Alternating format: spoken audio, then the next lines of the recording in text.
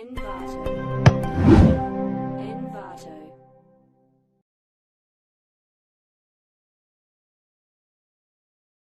ليبيا ياسر الدهين السودان. قعدتوا كام يوم بقى في الكاميرون؟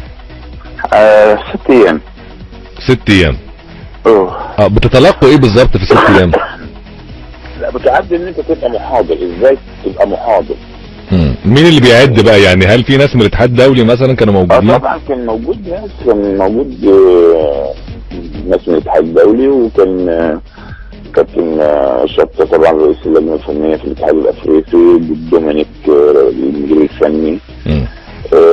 وطبعا كله كان ورشة عمل كبيرة، كله طبعا عمل. انا عملت توبيك يعني، وعملت محاضرة عملية كانت موفقة جدا جدا يعني الحمد لله. والامور يعني اعدادك كمحاضر في الكاف يعني في الاتحاد الافريقي. تمام، بالتوفيق دايما يا كابتن ناجي ومشرفنا والله. الله يخليك، الناس يا ابني حاجه سهله لمحمد بشبان. حبيبي يا كابتن ناجي. قول لي اول ما يعملوا دورات لتاهيل بقى الصحفيين في افريقيا قول لي. حاول ابعتك الدورات دي.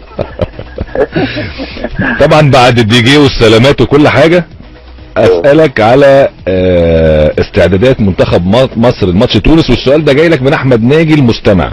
احنا عندنا احمد ناجي مستمع خد بالك، وامنيه حياته انه يشوفك ويسلم عليك عشان اسمه زيك. احنا شرفنا يعني، في انا خلي بالك في حوالي 30,000 احمد ناجي. ما تخنقوش بقى، بيسمعنا دلوقتي.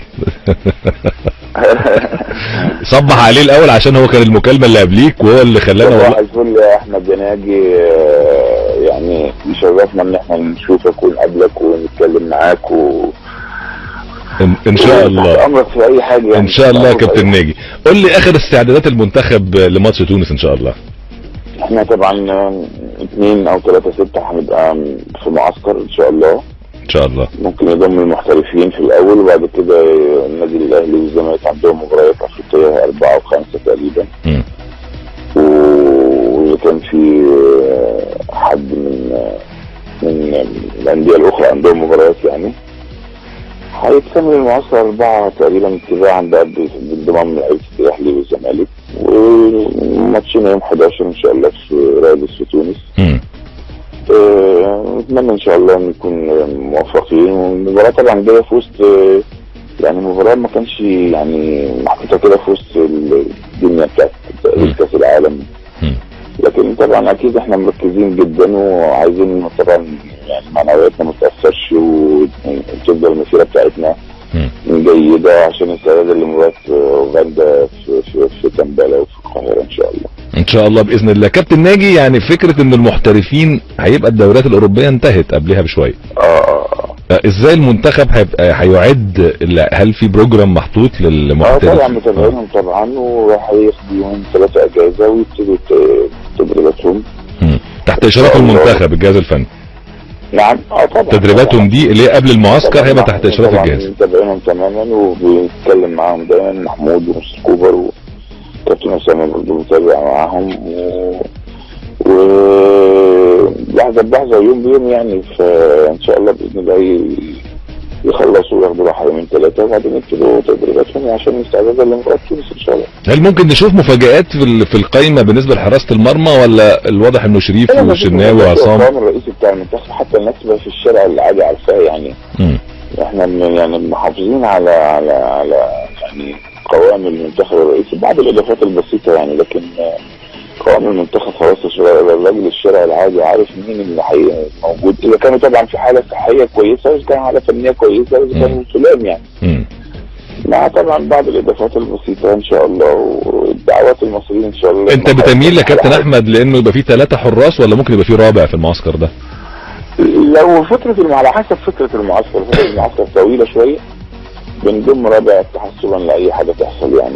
طب دي الفتره ده تبقى اسبوع بس، دي فتره متهيألي مش محتاجه. احنا بنتكلم في 3 حراس يعني ان شاء الله، في 3 حراس مرمى. الاقرب الحضري وشريف والشناوي. ده القوام الاساسي طبعا المنتخب يعني معروفه لكل الناس. تمام. طب الحضري دلوقتي ده عامل لي جوز عياله، هيلعب مع جوز بنته في الملعب. ايه رايك في الموضوع ده؟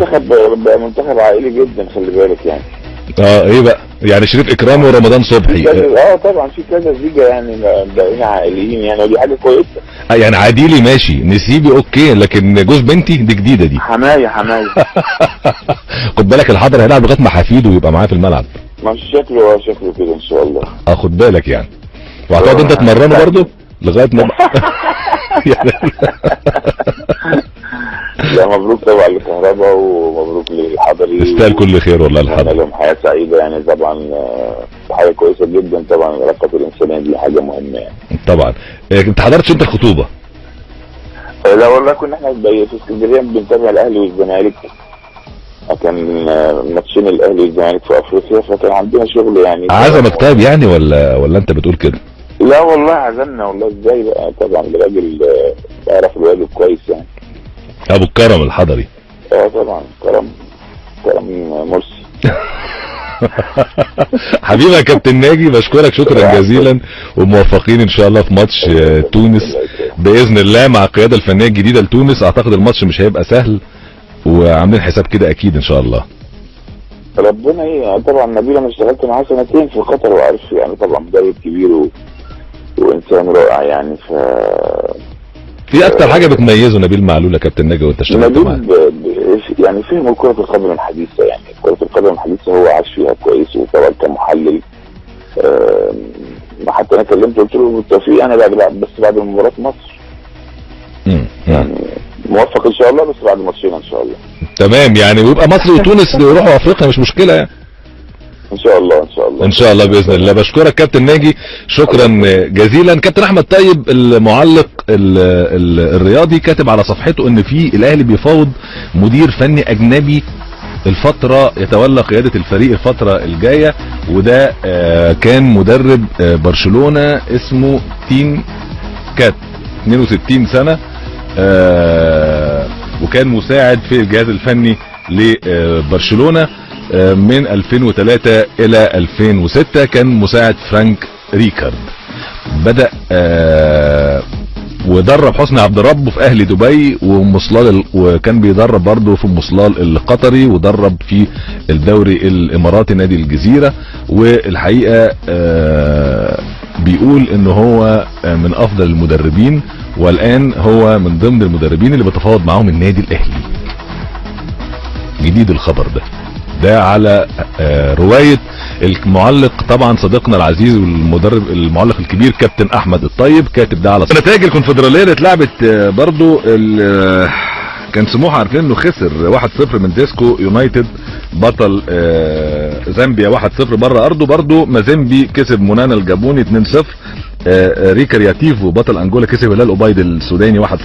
بلاتينيوم ستارز تعادل بطل جنوب افريقيا 1-1 مع مولودية الجزائر في جنوب افريقيا. والافريقي التونسي كسب ريفرز يونايتد بطل نيجيريا 3-1. الماتشات الجولة الجاية هتتلعب يوم الثلاث والاربع 23 و24 مايو الجاري، وسموحة هيقابل ريكارياتيفو دو ليبولو بطل انجولا. هنا هيكون ان شاء الله في اسكندرية.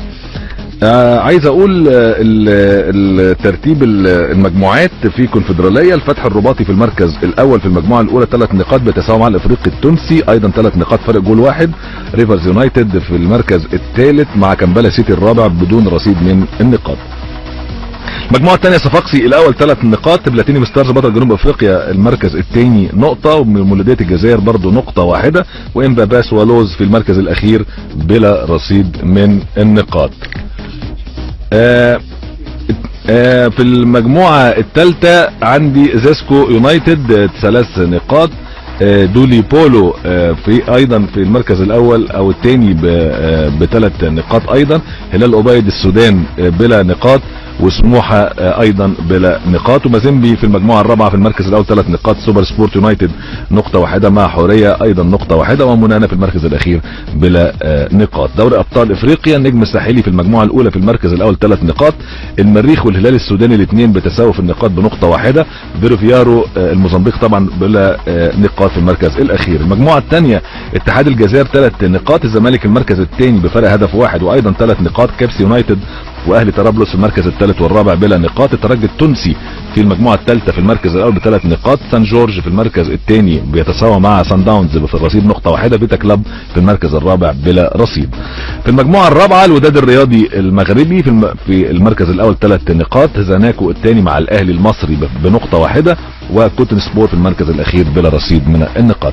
معايا اللواء شيرين شمس مدير التنفيذي للنادي الاهلي. سياده اللواء صباح الخير.